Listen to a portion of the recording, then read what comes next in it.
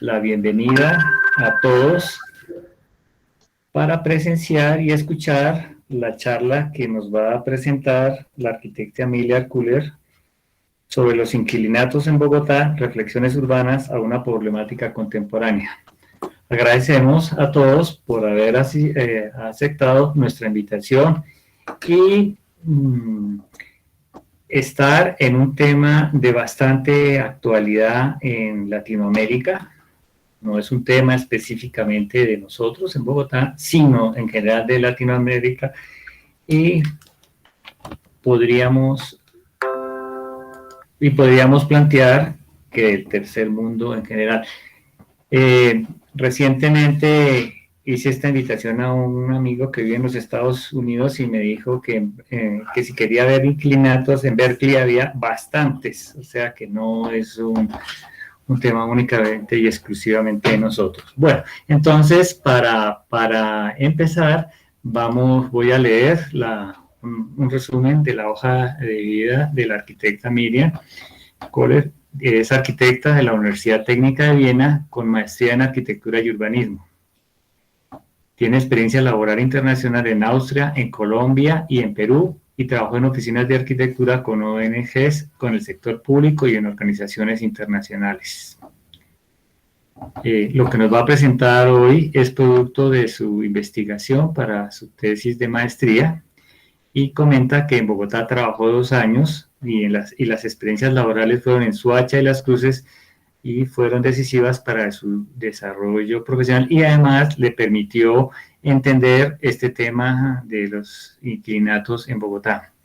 Actualmente trabaja como docente en el Departamento de Urbanismo de la Universidad Técnica de Viena.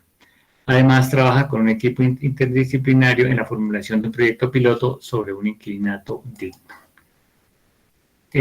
Bueno, ya con este preámbulo, entonces le damos la bienvenida a Miriam, y de antemano muchísimas gracias por aceptar esta invitación y por plantearnos todas estas inquietudes. Tienes la palabra, Miriam. Bueno, muchas gracias, Marco. También muchas gracias por la invitación. Me parece genial poder dar esa charla. Me alegra mucho que haya tantas personas acá que van a escuchar, entonces muchas gracias a todos que participen. Espero que el tema les emocione igualmente que a mí, que me parece no solo actual, sino también muy importante. Primero que todo, quiero recordar a los que van a participar por el celular que pueden hacer zoom en la pantalla por si en la presentación algo parece como pequeño. Y quiero empezar esa charla juntos con ustedes y abrir como la pregunta, ¿qué es el inquilinato? A ustedes. Y por favor, usen el chat, no lo piensan mucho, sino lo primero que les llega a la mente, pónganlo ahí en el chat, una palabra, una frase, para crear juntos esa definición.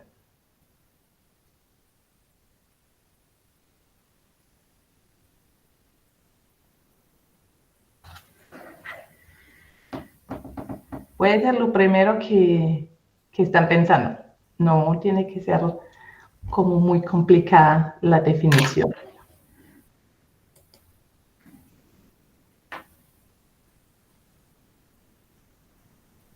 Vale, ahí vienen los primeros resultados. Vamos a esperar un momento que tenemos un poco más. Pero dice Daniel Andrés, ancianos. Dani dice vivienda familiar por días, muy bien. El espacio de vivienda compartidos. ¿Qué más? Un conjunto de vivienda o familias viviendo juntos. La habitación colectiva. Súper, hasta ahora vamos como con definiciones bien interesantes. ¿Qué más tenemos? Unión de familias de diferentes características que comparten espacios comunes definiendo espacios privados.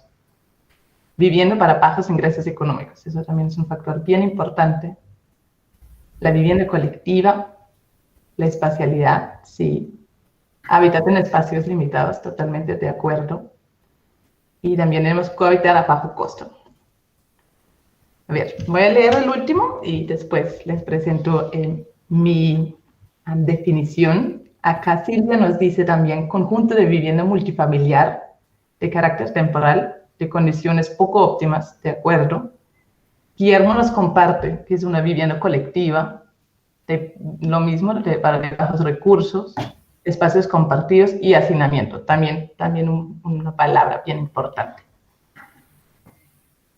Y Jorge Parra, forma de vivienda colectiva que en Colombia tiene una connotación particularmente marginal y precaria. Muy bien. Bueno, veo que acá ya tenemos un preconocimiento, unas ideas importantes que vamos a profundizar ahora. Entonces, les voy a compartir mi pantalla.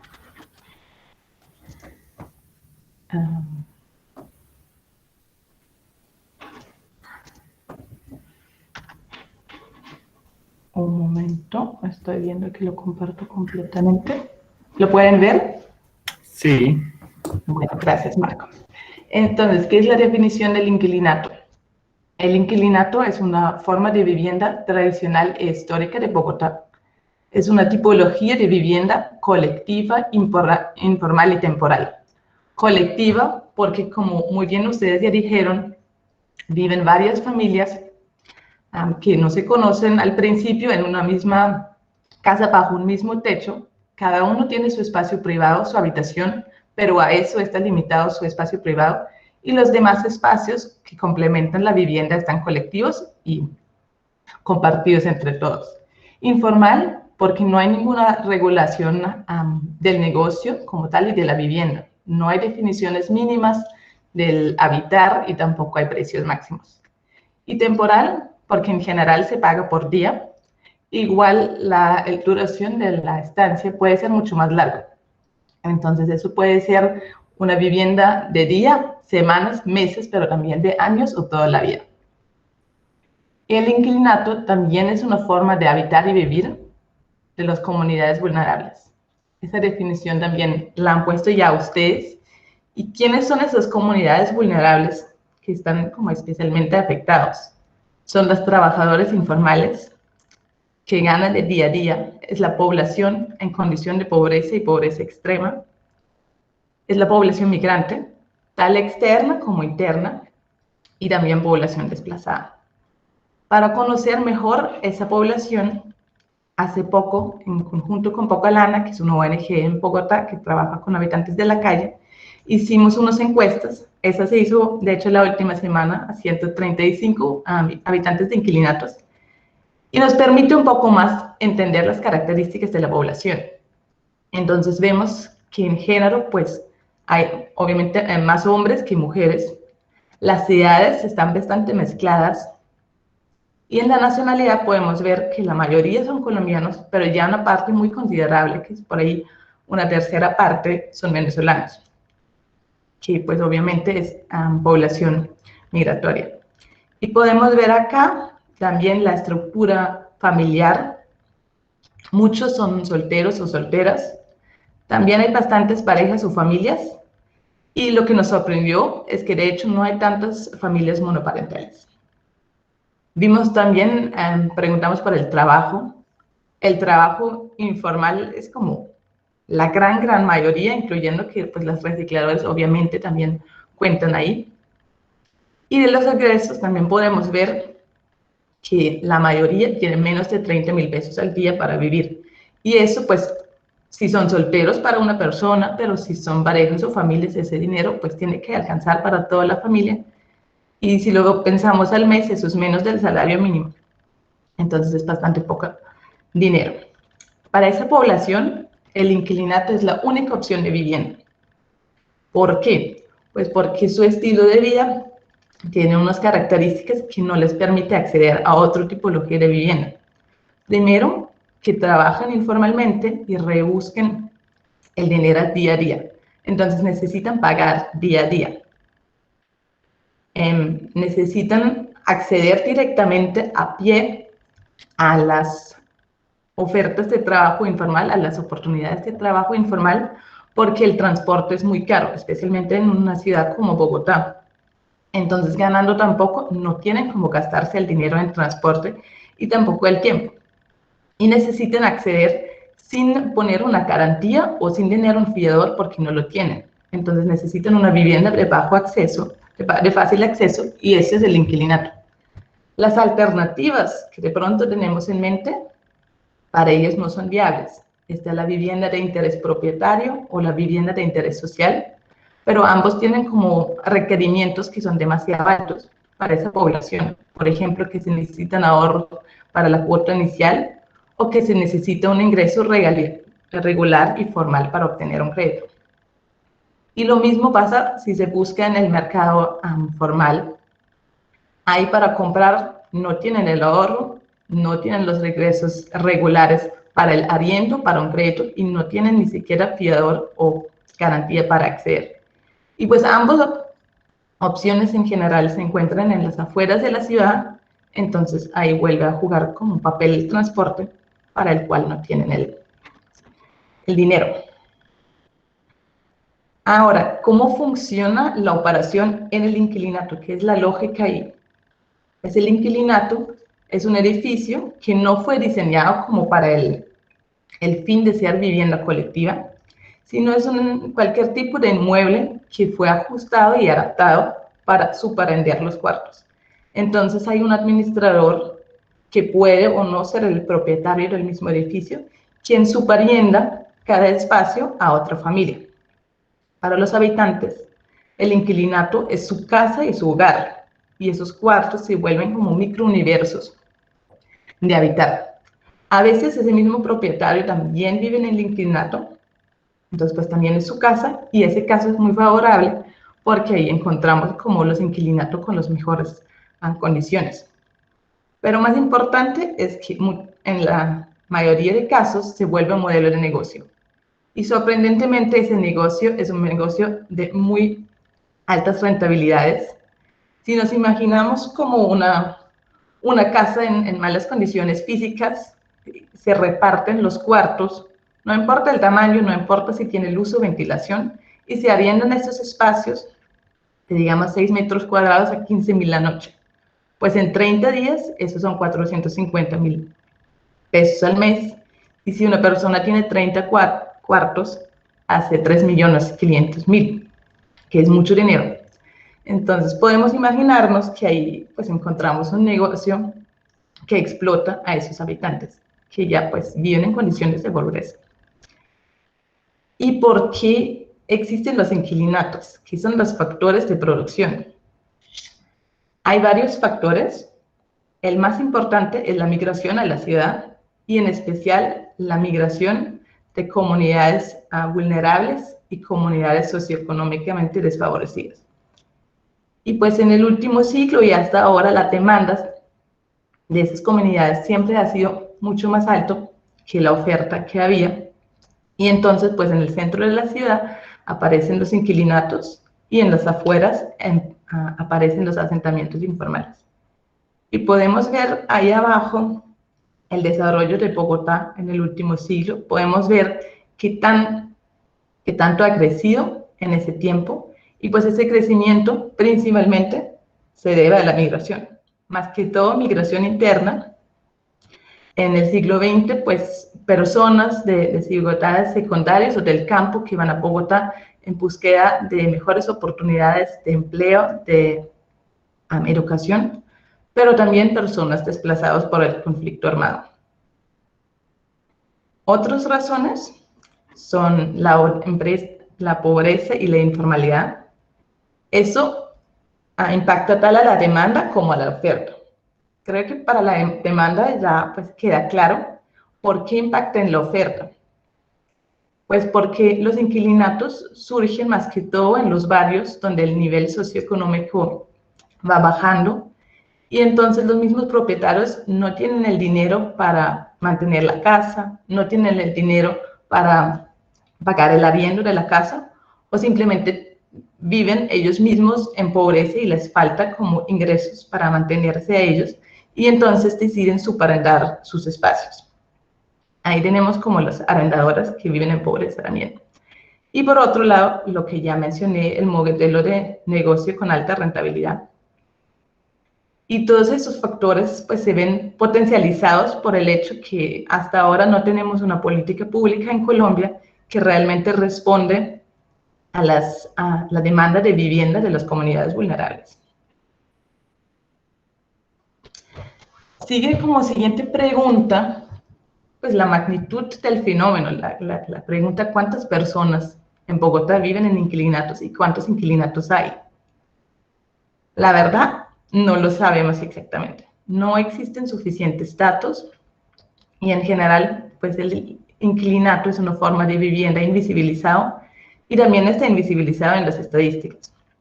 Entonces podemos ver que en las estadísticas del 2011, en general ya no aparece el término inquilinato, sino ya se habla del cuarto, que es un término mucho más amplio, y también incluye el cuarto de la vivienda estudiantil, por ejemplo.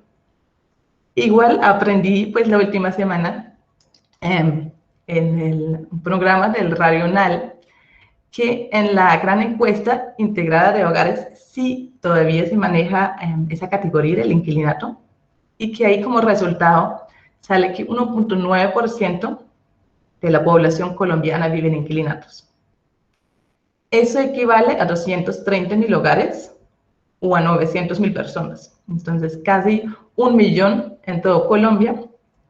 Y para estimarlo en Bogotá, pues cogí como base la encuesta CISPEN del 2017, donde se maneja la categoría del cuarto y también de hacinamiento, y cruzando esos datos, llegué al resultado que por lo menos 250.000 personas viven en inquilinatos. Y creo que si vemos como el número de Colombia, eso es bien posible, puede ser mucho más alto. Personalmente creo que sí es más alto, y más que en todo teniendo en cuenta que el número está aumentando, por un lado por la migración venezolana, que va a seguir mientras no se resuelve el conflicto en Venezuela, y también por el hecho que debido a la crisis económica, después o ahora ya causada por la pandemia, la pobreza y la informalidad están en aumento.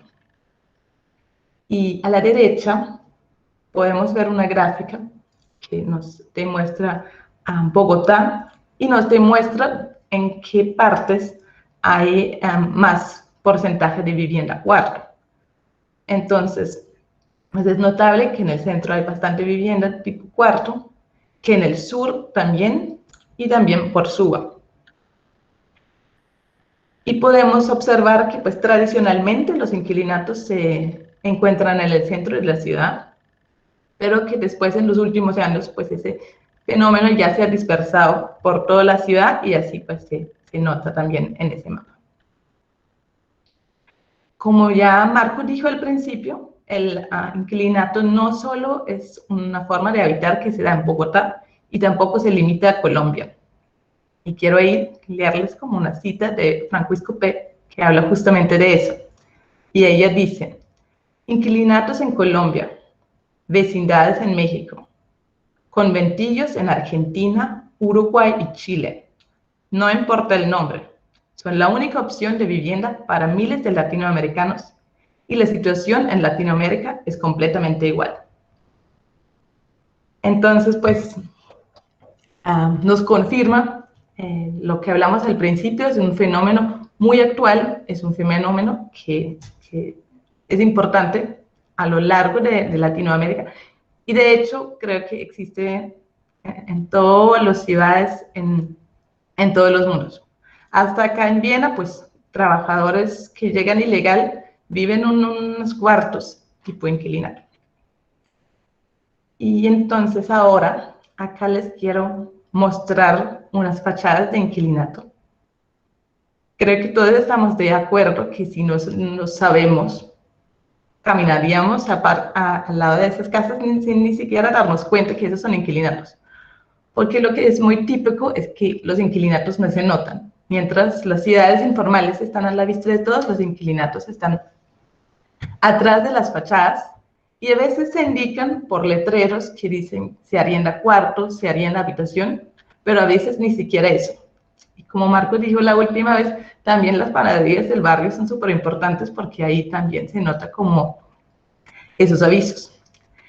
Entonces, lo que también podemos notar acá es que son tipos de inmuebles completamente diferentes. Vivienda unifamiliar autoconstruida, vivienda colonial, viviendas multifamiliares, viviendas productivas con negocios en el primer piso, una vivienda que parece abandonada, un edificio de oficina. También pueden ser bodegas, pueden ser hoteles, podrían ser talleres, que son transformados y adaptados para ser subarrendados como inquilinato. ¿Cómo funciona eso? Pues cualquier de esos edificios, primero, el primer paso es que las habitaciones que existen se arriendan. Si es vivienda, pues bien, porque está diseñado para ser vivienda. Si no es vivienda, pues tenemos un problema desde el principio, que esos espacios no son diseñados para habitar. Si esos espacios están arrendados, el siguiente paso es que en el patio, en la terraza, donde se pueda, se sigue construyendo espacios, sin tener en cuenta como condiciones de habitar. Con que tiene un techo se puede arrendar. Y después, si la demanda es suficientemente alta, pues también se puede subdividir los espacios que ya existen. Y muchas veces las construcciones y también las subdivisiones se hacen de manera improvisada, con madera, con telas, en fin, llega a condiciones no aptas para habitar, sin luz, sin ventilación y también como sin separación auditiva, que para la convivencia entre muchos es un tema bien importante. Para entender más qué pasa ahí adentro, hicimos otra encuesta, esa se hizo a las administradoras de los inquilinatos, y nos demuestra qué es la situación adentro. Entonces preguntamos por la capacidad total del inquilinato y salieron como respuestas desde 15 habitantes a 150, un número súper alto. En las habitaciones hay unos que son pequeños, de 1 a 5, la mayoría tiene 16 a 25 habitaciones, pero también hay más de 25. Y lo que es bien interesante y nos demuestra la importancia del tema es la ocupación. Todos siempre están al 50% o más, y la mitad está completamente ocupado. Entonces, realmente ahí hay una gran demanda. Y también preguntamos por el tamaño de las habitaciones, que son entre 6 y 12 metros cuadrados. Las personas por habitación, que son entre 2 y 6 personas. Y el precio por noche. Lo que vemos acá, que es 5 y 7 mil, es cuando se paga por la cama. Los que son de 15 mil en adelante, ahí ya se paga por la habitación y pueden entrar pues más personas. Enseguida quiero demostrarles la distribución de los espacios. Entonces, lo principal es la habitación. La habitación, el espacio privado. Y ese está complementado con los otros espacios, que son los espacios que se usan colectivamente, que son espacios funcionales como baño, cocina, inodoros, espacios comunitarios, que ya son mucho más escasos, como una sala o una sala de televisión, y las áreas libres y áreas de distribución. Y además, súper importante, el espacio público. El espacio público es tan importante porque las personas pues salen muy temprano del inquilinato a trabajar y vuelven muy tarde. Trabajan todo el día en la calle como vendedores ambulantes, como recicladores, en demás oficios, y pasan todo el día ahí afuera. Entonces, ese espacio público es espacio de trabajo y también es el espacio donde podrían pasar su tiempo libre si lo tienen, podrían reunirse con amigos, pueden pasar un tiempo solo, porque pues el inquilinato, como muchas veces hay hacinamiento, ahí no hay espacio para eso. Y entonces hablamos de una vivienda urbana que realmente vive de esa relación de la casa y del espacio público. Los 3 ejemplos que vemos al lado nos muestran como diferentes posibilidades, como puede ser la distribución en el inquilinato, y pues básicamente nos demuestra en el ejemplo 1 una situación bastante como situación original del edificio, donde tenemos espacios grandes, aptos, con ventilación, con luz, y las relaciones entre los espacios como parecen que funcionan bien. En el ejemplo 2 ya tenemos más cuartos más pequeños, y notamos que los espacios funcionales se vuelven escasos. Y el espacio 3, pues ese ya es muy problemático porque está la distribución por un pasillo, ya no hay ventilación ni iluminación natural, hay muchos cuartos, nos podemos imaginar un nivel de hacinamiento muy alto, hay pocos baños y cocinas, etc. Acá tenemos unas fotos, cómo se ven los inquilinatos desde adentro. Son fotos tomadas en diferentes lugares. nos muestran un poco la variedad de los espacios en los inquilinatos. Entonces tenemos habitaciones privadas y tenemos habitaciones compartidas, como pueden ver en la segunda imagen, donde se llena un espacio con camarotes y se arrienda por cama. En ese espacio hay como 60 personas y un baño. Y ambos espacios pues no cuentan con luz ni iluminación y hay un alto hacinamiento en la segunda, ¿no? A la derecha vemos espacios funcionales, una cocina, un inodoro, un lavadero. Podemos notar la precariedad de esos espacios y pues esos son medio aceptables, hay como situaciones mucho peores. Y claro que si vemos eso, también nos podemos imaginar qué tan difícil la situación de pandemia en los inquilinatos.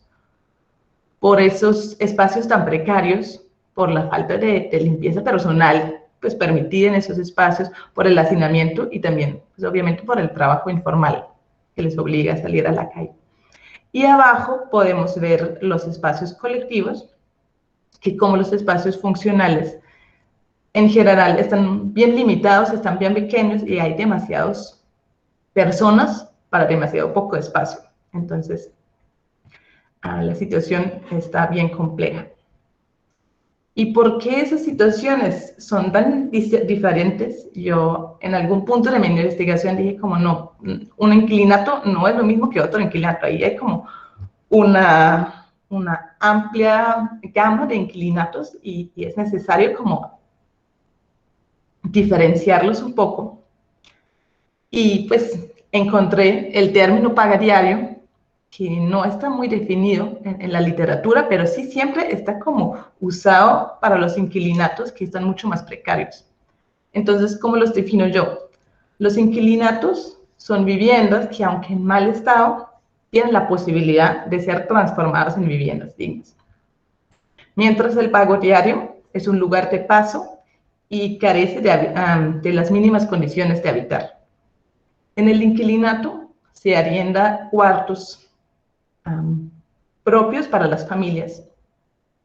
Vemos ahí que el precio está como a partir de 15.000 y la duración de estancia en general es como más larga y llega siendo años, mientras en el pagadiario, pues o se arrienda unos espacios diminutos de 2 metros cuadrados o se arrienda ahí como camas, colchones en espacios compartidos y ahí cada noche llega otra gente y se paga la noche. Y el día siguiente la situación es diferente y esas situaciones como llegan a muchos conflictos y mientras en los inquilinatos en general hay como un control de las personas que entran tratando de evitar que haya situaciones de violencia o que lleguen drogadictos, en los pagadiarios en general puede entrar cualquier persona.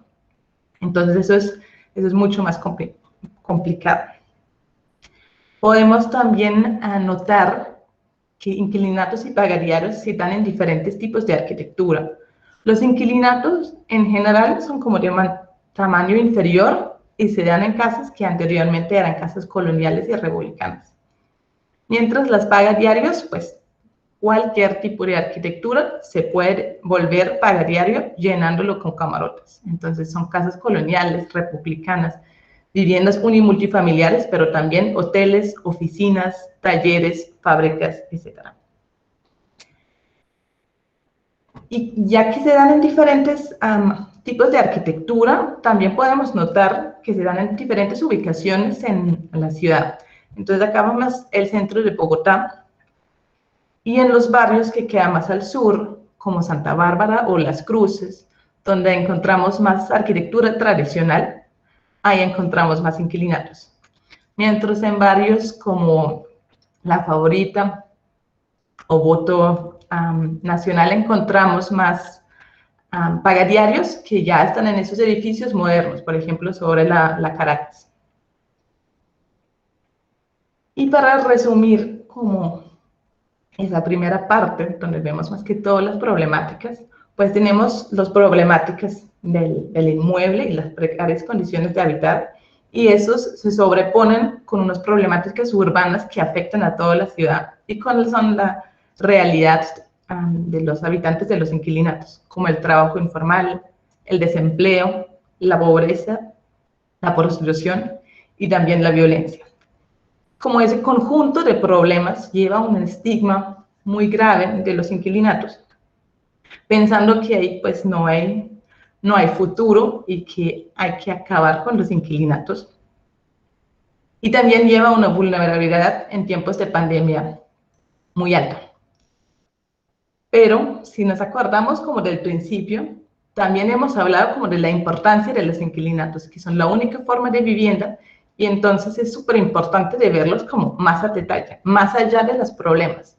Y aquí la presentación da un giro muy importante y muy interesante, y es que vamos a ver los aspectos positivos y potenciales. Para hacerles una primera idea, quiero demostrarles ahí dos imágenes que seguramente conocen: la vivienda del Chavo del Ocho y la casa de la estrategia del Caracol. Ambos inquilinatos donde podemos ver una vida social muy interesante y podemos ver como las partes positivas del cohabitar en una casa así. Tenemos entonces aspectos positivos y potenciales para el desarrollo humano, para los habitantes, pero también para el desarrollo urbano. Vamos a ver por la parte de los habitantes.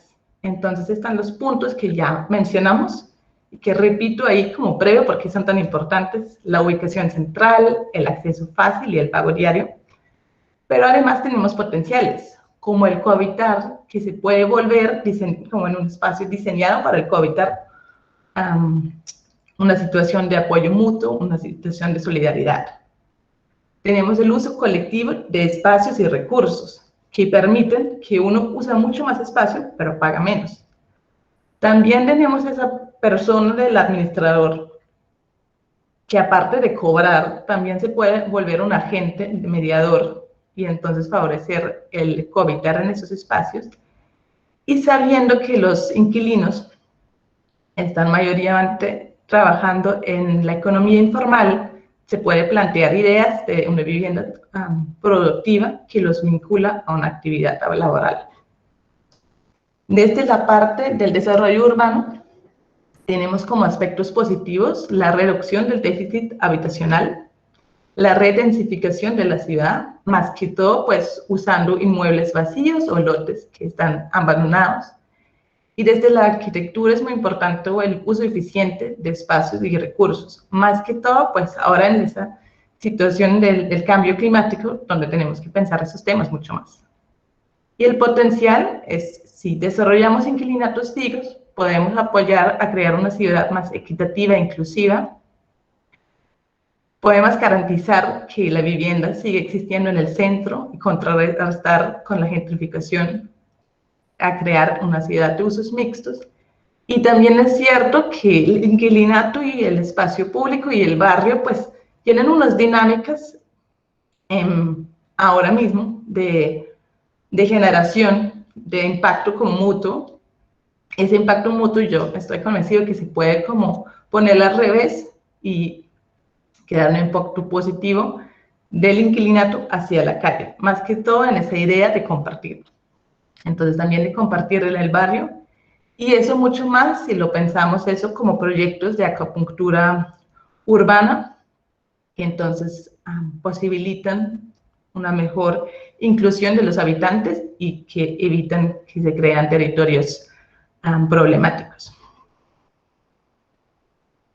Ahora quiero darles como una breve visión, eso fue con lo que terminé mi tesis, pero quiero hacer como más reflexión hacia la arquitectura después, entonces eso va a ser bien resumido.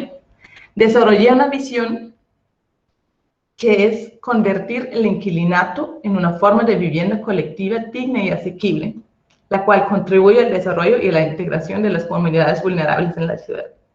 Entonces, pensando que no es solución de acabar con los inquilinatos y de dar a todos los habitantes una vivienda en propiedad, tipo vivienda de interés social. Eso no soluciona nada y tampoco es posible. Entonces tenemos que pensarlo diferente y pensar los potenciales de desarrollar el inquilinato. Y esas recomendaciones pues están principalmente orientadas hacia el sector público, que como tal pues juega un papel importante. Existe el derecho a la vivienda digna en la Constitución de Colombia, entonces debería ocuparse de eso en la política pública. Igual creo que es muy importante para nosotros como sociedad civil, sabiendo que no había como mayores políticas públicas en las últimas décadas. Entonces, ¿cuáles son las recomendaciones? Primero, el reconocimiento del inquilinato y la concienciación a la población y también al sector público, como hablar del tema, compartir ese tema y visibilizarlo. Segundo, recolectar datos, porque tenemos muy pocos y lo que les hablé, pues necesitamos de todo eso saber mucho más. Para poder hacer una buena política, para poder hacer buenos proyectos, necesitamos conocer mucho mejor esa realidad social. También se necesita la regulación del inquilinato como negocio, o sea, definir condiciones mínimas, precios máximos. Eso ya en Medellín se ha vuelto política pública y ya hay regulaciones, en Bogotá no existen. Y por otra parte, ya están como los puntos que afectan más a nosotros como arquitectos. Primero, programas de inquilinato digno, que incluyen mejoramientos y nuevos inquilinatos. Y también el mejoramiento del espacio público, que es tan importante. Y quiero ahora como enfocarme en ese tema del inquilinato digno y abrir la pregunta, ¿cómo responder desde la arquitectura? Voy aquí a parar la presentación y pues seguir con la cámara, porque siento que ese tema es pues mucho más de imaginarnos un futuro, de imaginarnos unos espacios. Entonces también los invito de mostrar, pues abrir sus cámaras por si pueden, porque es más agradable de ver caras que pantallas negras. Y bueno, ¿cómo responder desde la arquitectura a esa temática, a esa problemática? Si bien el inquilinato es una problemática social y económica que se refleja en lo espacial, pues desde el espacial también tenemos la posibilidad de responder. Y yo creo que, ¿cómo lo deberíamos hacer? Pues con nuestra competencia principal, que es el diseño. El diseño de arquitectura, el diseño de proyectos. Entonces, lo primero que es clave para mí es definir esa tarea. ¿Qué es ese inquilinato digno? Yo lo definiría como vivienda compartida en arriendo, en el centro de la ciudad, donde la realidad social es la pauta de diseño y donde se promueve el desarrollo personal de los habitantes y también se busca un impacto positivo hacia el entorno como inmediato y hacia el barrio. Entonces, siento que lo primero que tenemos que hacer, como en cualquier proyecto, es hacer un buen análisis. Un buen análisis de la situación y de la realidad social. Empezar con un trabajo de campo, empezar con levantamientos, empezar con entrevistas a las personas. Después, necesitamos definir como los parámetros de nuestro diseño y es como donde se vuelve aún más interesante. Pensar el hábitat desde lo más elemental. ¿Qué es lo mínimo que se necesita? ¿Cómo pueden ser esos espacios? ¿Cuántos metros cuadrados se necesitan? ¿Cuántas personas pueden compartir? ¿Qué espacios adicionales son necesarios? Y esos parámetros también podrían ayudar en la definición pues, de una regulación del inquilinato. Y después venimos a la parte de diseñar los proyectos. Ahí podemos pensarlo en tres direcciones. Uno es el mejoramiento de inquilinatos existentes. Entonces, ya había 3 proyectos de eso en los 90. En esos proyectos se hizo mejoramiento en La Candelaria, el proyecto La Petania, La Milagrosa. Y en ese momento se habló que esa es la revolución de una política pública y que va a haber muchos proyectos. Lastimosamente no había y entonces pues la tarea nos queda ahora a nosotros. Y en ese mejoramiento lo que hay que tener en cuenta es que va a haber un desplazamiento de personas, porque si bien ahora hay espacios no aptos y hay hacinamiento, pues adecuándolo, obviamente el número de habitantes tiene que bajar. Y entonces necesitamos también nuevos inquilinatos. Esos nuevos inquilinatos se pueden dar adaptando espacios o edificios vacíos, donde nosotros pensamos cómo poder adaptarlos, como creando muy buena arquitectura. También se pueden dar pensando en casas familiares, donde habita una familia que necesita ingresos adicionales y que tiene espacios como para arrendar ahí, de trabajar con ellos. Y la parte que pues me parece como también muy interesante, de todos, la más interesante, es como la creación de una nueva arquitectura para inquilinatos. Realmente crear edificios pensando ese tema como desde el habitar mínimo, los espacios compartidos, los temas de cohabitar, la relación con el espacio público, etcétera, y crear ahí proyectos arquitectónicos.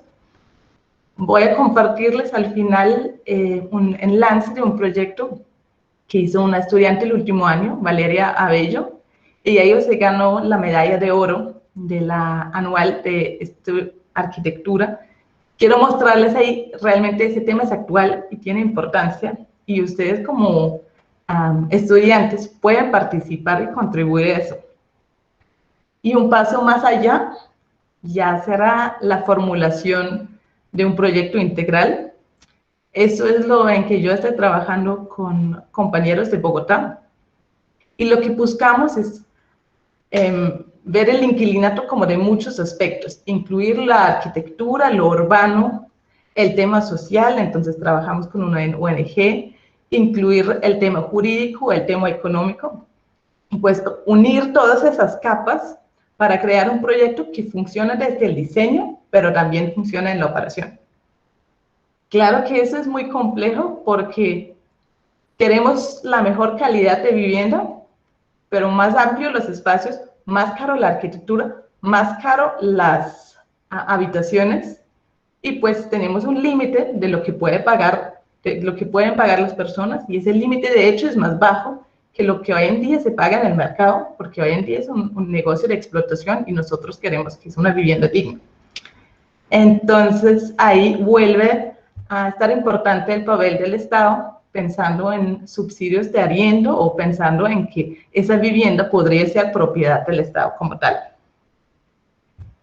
Entonces, pues, lo que queremos nosotros es justamente crear esa definición que dije al principio, la vivienda compartida en arriendo, basada en las pautas de diseño de la realidad social y que apoya el desarrollo personal. Eso queremos lograr incluyendo, pues, no solo los espacios mínimos de un inquilinato digno, sino espacios adicionales. Hicimos ahí una encuesta y pues salió que los habitantes quisieran tener cocinas. Claro, nosotros pensamos hasta en una cocina industrial que les permite como producir comida que se podría vender después de la manera ambulante, que necesiten un garaje para guardar sus caritas de venta ambulante, necesiten espacios para los niños, necesiten Wi-Fi.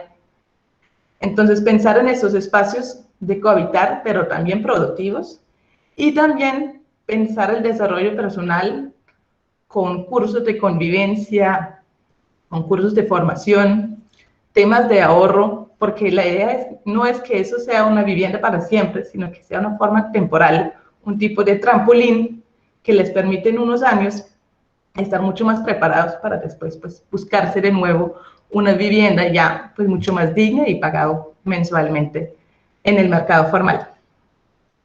Entonces, pues acá termino yo la charla. Muchas gracias. Si nos queda tiempo, yo preparé también una herramienta digital para hacer un resumen colectivo, pero no lo sé, Marco, ¿no está tiempo? Miriam, muchísimas gracias por esta presentación tan amplia y tan generosa. Claro que tenemos tiempo, pero digamos dentro de lo que habíamos planteado, en este momento podríamos... ¿Cuánto demoraría lo tuyo? Digamos 5 minutos. Ah, bueno, porque íbamos a darle al auditorio la palabra para que te plantee dudas y preguntas. Entonces, dar los 5 minutos y luego de esos damos la palabra a quienes están asistiendo a la charla.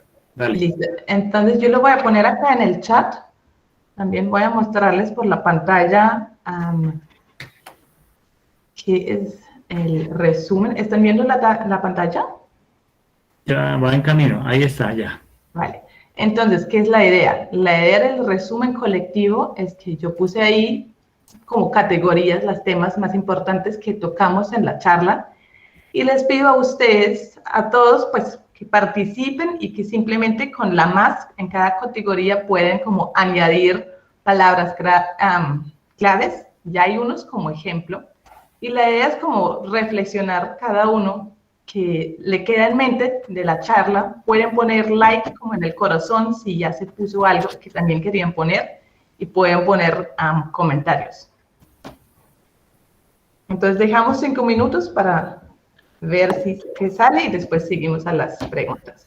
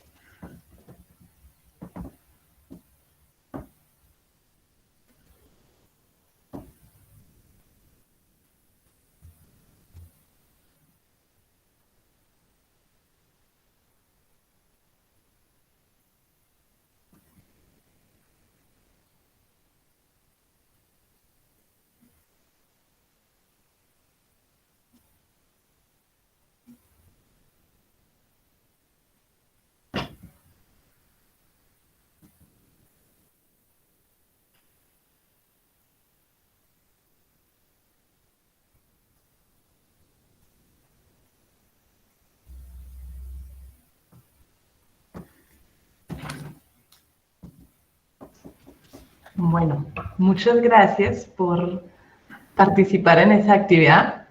Lo que veo primero que todo es que hay muchísimas respuestas, entonces no voy a pasar por todas, pero de los primeros 3 categorías me doy cuenta que recuerdan un montón de los potenciales positivos del inquilinato. Pues me encantó leerlos porque hay hasta potenciales que yo no le he pensado, que ustedes mencionan. Entonces, pues está una participación muy valiente. Y también me encanta como la diversidad de posibilidades de contribuir como estudiante. Veo que nadie tiene como experiencias, porque estaba curioso de conocer algunos. Pero bueno, muchísimas gracias. El link queda como vigente, entonces lo pueden seguir usando y podemos ahora seguir a la discusión y las preguntas. Sí, también por la hora del día, tanto aquí como allá, un cuarto de hora para 15 minutos para las preguntas. Si alguien tiene alguna pregunta, alguna duda sobre lo que nos acaba de plantear Miriam.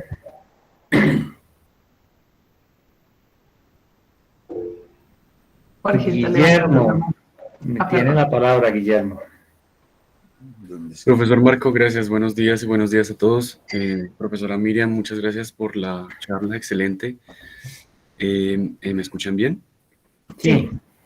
Excelente. Bueno, yo soy recién egresado de arquitectura, también estoy interesado bastante en el tema del fenómeno del inquilinaje en Latinoamérica, especialmente también aquí en Las Cruces. Y he recogido en el tiempo algunas aproximaciones, por ejemplo, como el profesor Víctor Delgadillo desde México, quien menciona que los centros históricos se enfrentan a esta problemática no solo de los inquilinatos, sino también del término tugurización. Básicamente un déficit de la calidad espacial de esos centros y también pues que afecta la calidad de vida de los habitantes. Los centros históricos necesitan recuperar su patrimonio construido y en algunos casos revertir esas tendencias al despoblamiento de las áreas. Ya tú lo mencionaste, profesora Miriam, básicamente es por el despoblamiento de las áreas y por la expansión urbana hacia las periferias. Entonces, yo pregunto, ese tema del inquilinaje, si se valora primero, si se sigue valorando, ¿crees que a futuro pueda llegar a ser una tendencia en la adquisición de vivienda de personas de bajos recursos? Lo miro desde una mirada futurista, como por ejemplo decir una Airbnb para personas que no tienen dónde dormir una noche. Entonces, ¿qué visión tienes a futuro de este tipo de adquisición de vivienda? Muchas gracias por la pregunta, Guillermo. Pues yo creo que sí, el arriendo es una forma muy importante y tenemos que tomarlo con mucha más seriedad porque ya hoy en día más de la mitad de las personas en Bogotá viven en arriendo y pues más bajo el estrato, más personas son. Entonces, yo creo que es clave dar ofertas de vivienda en arriendo para esa población y arriendo que las personas pueden pagar. Entonces, claro que ahora es difícil crear un proyecto arquitectónico que da buena calidad y a la vez sigue siendo asequible para esa población. Entonces, ahí es donde creo que también es importante tener una política pública que subsidie el arriendo o que ellos mismos, pues, el Estado tiene una política de vivienda en arriendo, pero creo que sí, pues hasta ahora es informal esa tendencia, pero si lo formalizamos y llegamos más o menos a lo que tú dices, que es Airbnb, pero ojalá no como pues idea turística de negocio, sino idea de vivienda y la vivienda pues es un derecho y no debe ser como tal un negocio, ¿no? Gracias, Miriam. Arquitecto Jorge Parra. Gracias. Muchas gracias por la invitación primero a esta presentación. Te agradezco mucho, Miriam, por tu excelente presentación. Se ve que es un trabajo muy estructurado y muy serio. A mí personalmente me interesa mucho y hace muchos años me ha interesado el tema de la vivienda social en Colombia. Soy arquitecto de la Nacional también. Hace 34 años vivo en Montreal, Canadá. Y desde aquí obviamente se le abren a uno muchas perspectivas. Hay dos o tres cositas que quisiera observar y pues eventualmente obviamente si tú quieres reaccionar. Yo creo que el primer problema se plantea en términos de, digamos, yo diría sociales, socioespaciales, ¿no? Hay un problema serio de estigmatización que es muy frecuente en Colombia.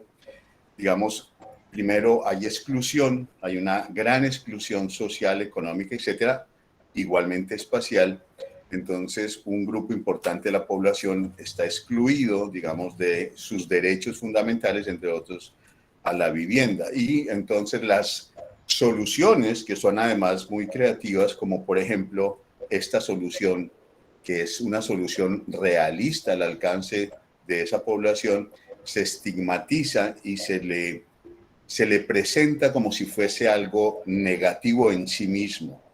Cuando uno, por ejemplo, ve las formas actuales de las viviendas colectivas, que hay muchas, por ejemplo, una vivienda cooperativa donde yo vivo, acá donde yo vivo, es una vivienda cooperativa, pero obviamente con un respaldo fundamental, estructural del Estado canadiense. Tú no te imaginas la calidad de vida que hay acá. O sea, aquí llega alguien y no tiene ni idea que esto es vivienda social, porque no se imagina que puedan haber respuestas de un nivel de dignidad y de calidad de este tipo. Entonces, uno es eso, a nivel de los valores sociales, de valorar eso, y me parece que es el enorme potencial que tiene como una expresión, como una respuesta social ante, digamos, las circunstancias, ¿no?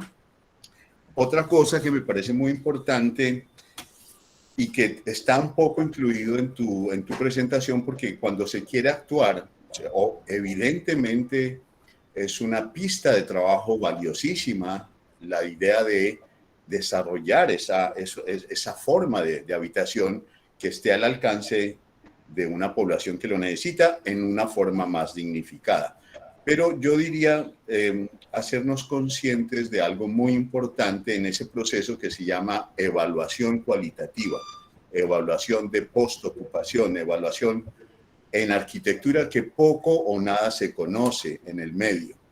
Yo he estado trabajando en eso en los últimos 30 años desde que hice mi maestría acá, y es una noción muy interesante que pues creo yo que ayuda mucho a orientar la comprensión de un fenómeno y cómo el espacio no responde por sí mismo ante un cuestionamiento social, sino que hay que ir a indagar en la relación del residente y su espacio para conocer esa experiencia. Básicamente, la evaluación cualitativa en arquitectura consiste en eso, entender la experiencia de los usuarios en la experiencia espacial y socioespacial en un lugar dado. Entonces es un enfoque, digamos, simplemente que señalo como una manera muy interesante de guiar cualquier investigación que preceda a una solución al problema, ¿no es cierto? Uno, como arquitectos, no estamos muy acostumbrados, o poco, a indagar cómo lo que nosotros producimos desde nuestra tecnocracia como arquitectos, cómo lo vive la gente, cómo experimenta la gente, cómo vive esa experiencia espacial en lo que producimos los tecnócratas arquitectos, y recoger esa experiencia como un punto de partida para mejorar, por ejemplo, ¿no es cierto? Si no evaluamos lo que hacemos, no tenemos ni idea cómo mejorar. Bueno, ese es el otro. Y por último, digamos que, bueno, quizás se haga, Marco me lo comentó hace unos días, más adelante en la enorme abanico de posibilidades que hay de soluciones sociales a los problemas de la vivienda, yo diría que este se encaja muy bien en uno que, por supuesto, no se trata jamás de desaparecerlo. Sería un error casi de corte fascista, diría yo, como se hizo, por ejemplo, en la intervención en el Bronx por parte de la administración de este nefasto alcalde que tuvimos hace pocos años. Son intervenciones realmente fascistas de desaparecer, digamos, una población en unas condiciones paupérrimas, etcétera, sino es entender cómo se vive y a partir de eso entrar a mejorar las condiciones de vivienda de la mejor manera con un enfoque idealmente evaluativo. Básicamente eran las ideas que te quería comentar. Muchas gracias, Jorge, por tus ideas que pues están muy amplios. Como respuesta diría yo, creo que a todos la idea es formular un proyecto piloto que nos permite ojalá con la participación también pues académica, primero pues saber más de la realidad social porque sigue faltando saber más, y ese proyecto piloto verlo como un proyecto que se evalúa constantemente. Proponer desde la realidad social y ir viendo cómo va eso, irlo ajustando, y como proyecto piloto nos permitiría pues hacer un punto de partido, más no una solución, sino un punto de partido para más proyectos, y también nos permite ojalá como dar otra perspectiva y como acabar un poco con esa estigmatización, tratando que eso sea como un proyecto emblemático, que no solo en lo social, sino también en la arquitectura, en los usos del material, etcétera, como tiene un valor alto, y entonces demuestra que el inclinato puede ser entendido completamente diferente y que no es algo negativo, sino es una pues, propuesta valiente para una población vulnerable que se merece la vivienda digna. Gracias, Jorge. Gracias, Miriam. Alejandro Álvarez, tiene la palabra. Hola, muy buenos días a todos. Me parece una charla sumamente importante, más teniendo en cuenta la realidad que nosotros estamos viviendo actualmente en esta ciudad, teniendo en cuenta también unos procesos muy particulares demográficos que estamos teniendo, en los cuales de alguna manera las familias nucleares como las conocemos actualmente se van disgregando y se va generando, digamos que familias unipersonales donde no tenemos quizás trabajos estables, y me parece que me parece que pensar en alternativas a la vivienda común, que es la vivienda que, digámoslo así, estamos acostumbrados a ofrecer, y la vivienda que está reglamentada normalmente, es de vital importancia, no solamente, desde todos los puntos de vista. Yo tengo una duda y tengo, por una parte, frente a este tema, y tengo por otra parte, pues una propuesta a realizarles, digamos, a todos, ¿sí? Primero voy a expresar la duda, ¿sí? Y es la siguiente. Yo realmente he trabajado mucho sobre el tema de la población de personas mayores, ¿sí? Sobre cómo es el acceso al mercado de vivienda de las personas mayores, sobre cómo viven las personas mayores. Y desde ese punto quería hacerte una pregunta: si dentro de esos análisis que tú hiciste de vivienda pudiste hacer de pronto alguna caracterización etaria y verificar de pronto más o menos qué personas mayores son las que habitan o qué cantidad de estas personas que están en estas viviendas son personas mayores. Es como una duda así que tengo. Vale, pues déjame revisar en la presentación, pero es que recientemente hicimos esa evaluación, pero creo que era como alrededor del 15-20%. Ok. Y veo bien la edad. Acá lo tenemos. Sí, diría un cuarto, está entre 46 y 60%, y más de 60 años es por ahí, es un 15 a 20%, que respondió pues en esa evaluación que hicimos recientemente con 135 personas. Obviamente, pues hay mucho más personas y de pronto se necesita preguntar hasta más personas para estar seguro. Pero seguro que el inquilinato es importante para las personas pues mayor de edad que no tienen pensión o no tienen apoyo de sus familias. Listo. Y el segundo punto particular es invitarlos, pues tener en cuenta que nosotros como arquitectos tenemos un rol fundamental en esta sociedad, quizás no solamente como personas que diseñan los espacios, sino personas que tienen el conocimiento y que entienden de pronto esas necesidades, digamos que tienen el conocimiento técnico, ¿sí?, para resolver ciertas necesidades. Es muy importante que nosotros entendamos y tengamos un papel activo, digámoslo así, en la construcción política de ciudad. Y en este caso es una propuesta que yo les invito, ¿sí? Y es aprovechen este momento particular que nosotros tenemos en el POT, ¿sí? Aprovechen los espacios de participación ciudadana que da actualmente en el POT, ¿sí? Aprovechen los canales de comunicación para abrir la posibilidad de incluir de nuevas soluciones de vivienda, ¿sí? Revísense el acuerdo.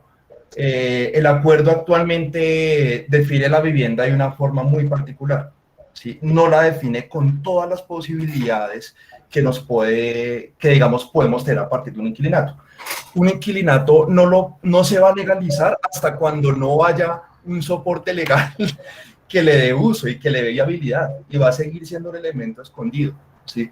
Y es muy difícil poder actuar sobre esos territorios hasta que no podamos legalizar ese uso, ¿sí? Y no podamos darle esa condición particular que la necesita. Entonces, yo los invito, ¿sí?, a que actuemos en esos espacios de participación, ¿sí?, a que se metan a la página de Secretaría Distrital de Planeación, manden sus peticiones, ¿sí?, de incluir esos nuevos elementos, porque es la participación ciudadana la que realmente permite que estos elementos se hagan, ¿sí?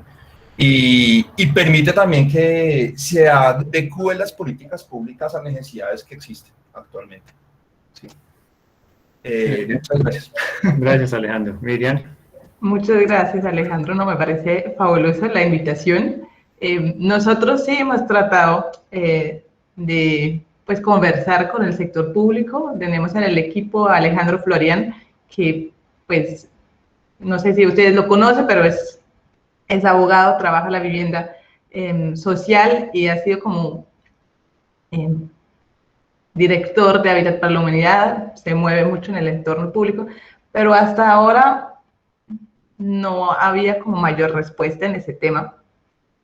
Se sigue como con unas políticas muy tradicionales, pero ojalá se puede, y claro que sí, me parece una buena propuesta usar estos canales de participación. Bueno, ya se nos fueron los 15 minutos y ahí la última pregunta para empezar a rematar esta maravillosa presentación.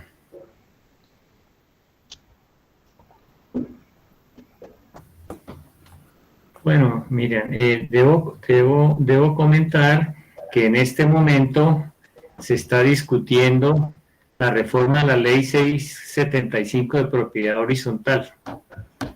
Está en el segundo o tercer debate en la Cámara de Representantes y también sería un buen momento de llegar allí para plantear los temas de la legalidad y de la norma respecto de este tipo de solución a la vivienda.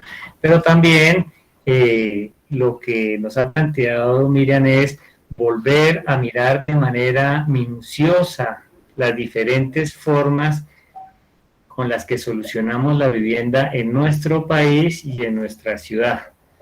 No únicamente con la vivienda en propiedad, como se ha venido planteando desde hace más de 25 años y mucho más entre nosotros.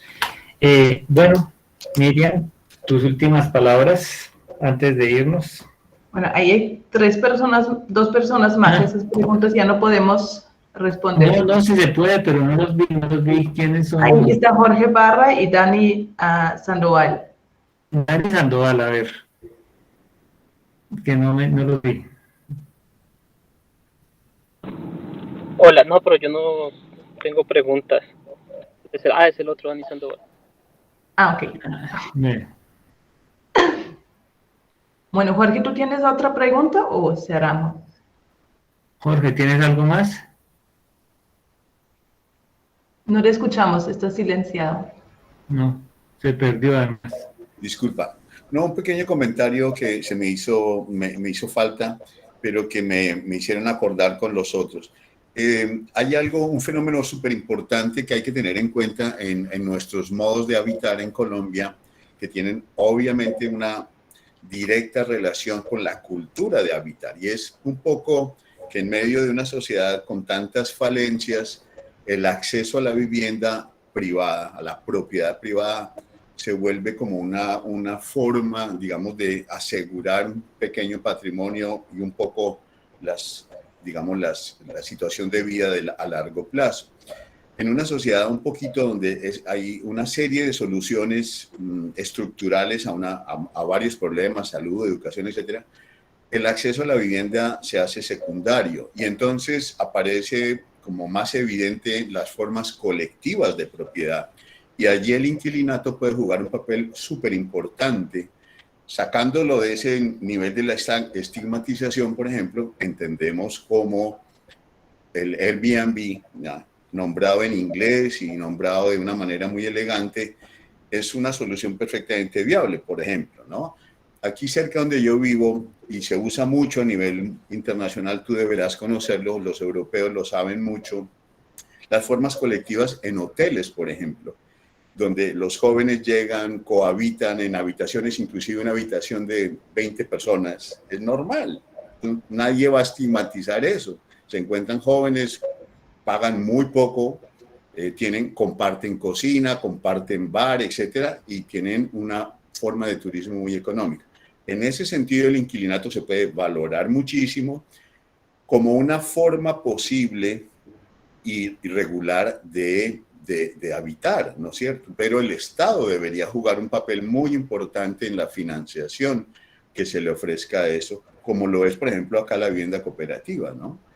Donde uno siente que no necesita acceder a la propiedad para resolver un problema fundamental como la vivienda.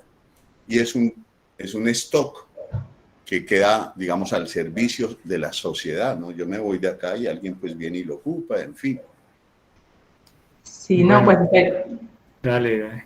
voy a cerrar con la respuesta y ya las últimas palabras. Estoy de acuerdo, Jorge. Acá en Viena, pues es igual, tenemos vivienda social en propiedad de la ciudad y tenemos un gran porcentaje de personas viviendo en arriendo. Entonces tampoco es como esa necesidad de tener propiedad. Igual creo que hay que tener en cuenta la realidad social. Entonces los hostales son un buen ejemplo, como el cohabitar puede ser positivo, dar la vivienda en cooperativa, pero también hay que tener siempre en cuenta la situación pues, socioeconómica de los habitantes, las problemáticas con que vienen, la informalidad, etcétera, pues que complica igual esa situación. Pero yo creo que se puede y es importante resaltar lo positivo del cohabitar. Miren, espérate que me falta Daniel Sandoval Castro. Deja puntos suspensivos. Deja sus puntos suspensivos. Daniel Sandoval Castro, cuéntanos la pregunta o la inquietud. Pues, ¿hay mucho en el chat? No no puedo puede hablar, hablar. listo. No, dale tú entonces, ya. Pues al final No. se consideraría que los inquilinatos están destinados a la extinción. ¿Se ha planteado alguna opción económica viable y sostenible que compite con el mercado salvaje de la industrialización de la vivienda actual? Okay. Entonces, no, yo creo que no están, no se van a extinguir porque la demanda es demasiado alta.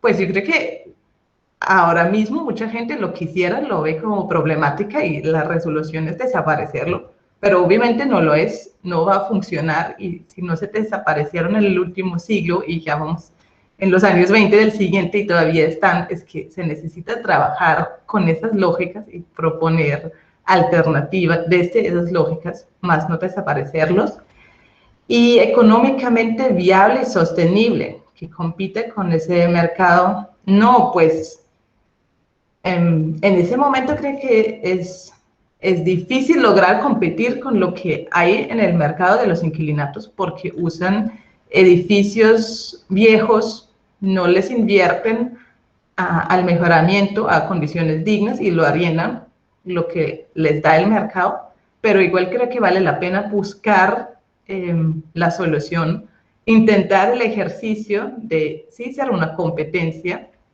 de demostrar que se pueden lograr como condiciones dignas y creo que lo que nos demuestra que debe ser posible es que las personas que pagan 15.000 al día pagan 450 al mes y esos 450 de arriendo mensual lo encontramos de habitaciones de mucho mejor calidad. Entonces, creo que es una tarea compleja, pero vale la pena hacerla y demostrarlo en un proyecto piloto. Bueno, Miriam, muchísimas gracias por tu presentación, por hacernos visible una solución que ha permanecido invisible entre nosotros. Será entonces hasta otra oportunidad para seguir con este tema que de alguna manera ha sido, bueno, voy a colocarlo así, ya no me da pena, vergonzante para los arquitectos y cómo hacemos para volverlo digno. Gracias, Miriam. Muchas gracias, Marco. Muchas gracias de nuevo por la invitación. Muchas gracias a todos y todas que estaban hoy presentes. Espero que seguimos pues hablando, conversando y pues siempre aquí encantada de compartir con ustedes. Muchas gracias. Tengan un muy buen día.